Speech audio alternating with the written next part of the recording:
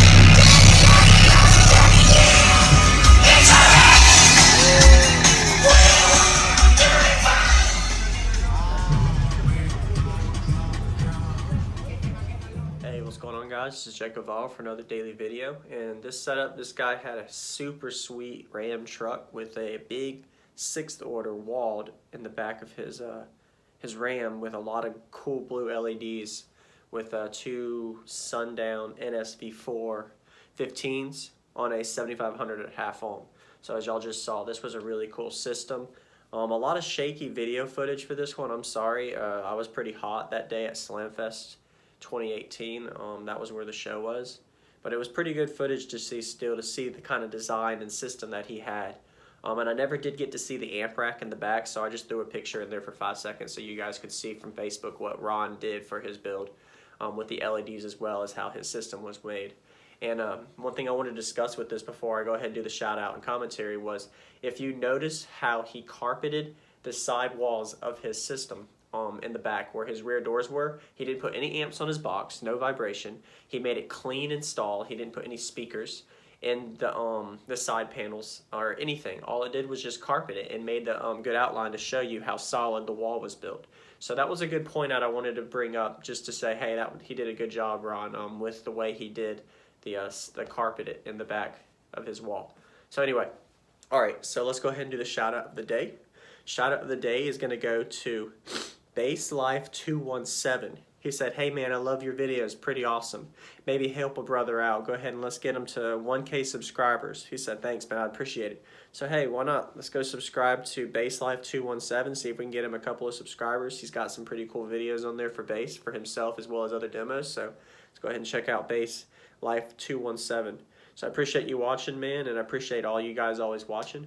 Be sure to like this video if you enjoyed the demo setup. Plus, if you like these commentaries, any questions y'all ever got, go ahead and ask. I'll answer questions in these commentaries for future videos. So I have 2 topics of discussion today.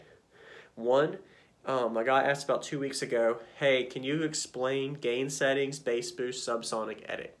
So basically, in summary, I can do this.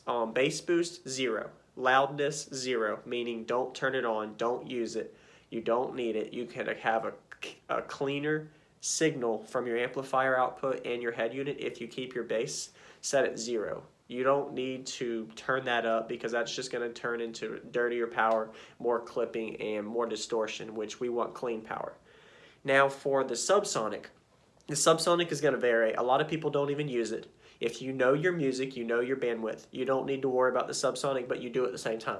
It's better to be safe than sorry. Subsonic is basically cutting out lower frequencies than that are necessary for the build. So what do I mean by that is if their box, for your ported box, tuned to 34 Hertz, you want to tune your subsonic normally around half an octave from that. So 34 divided by 2 is 17. Half of 17 would be, what, 8.5, something like that. So something like that. Basically, you want to do 9 Hertz below your tuning. So that would mean that you would set your subsonic around 25 to 27 Hertz. That way, anything below that, it's going to cut it off, I think, so many decibels per half an octave or octave of that frequency. So there's a reason for the subsonic. So go ahead and use your subsonic for, even if you're in a 6th order or 4th order, just around where your low end tuning is, just set your subsonic around where you know you're starting to bottom out at. That's a good point to use to protect your subs. And the last thing is gain settings. How do you know how to set your gains?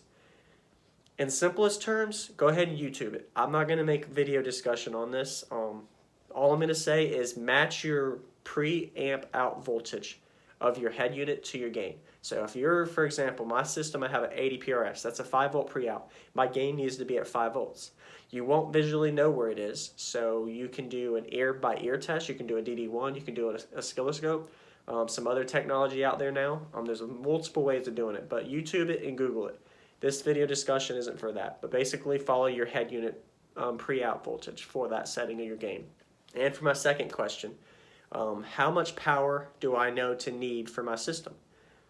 Just a simple term I'm going to use.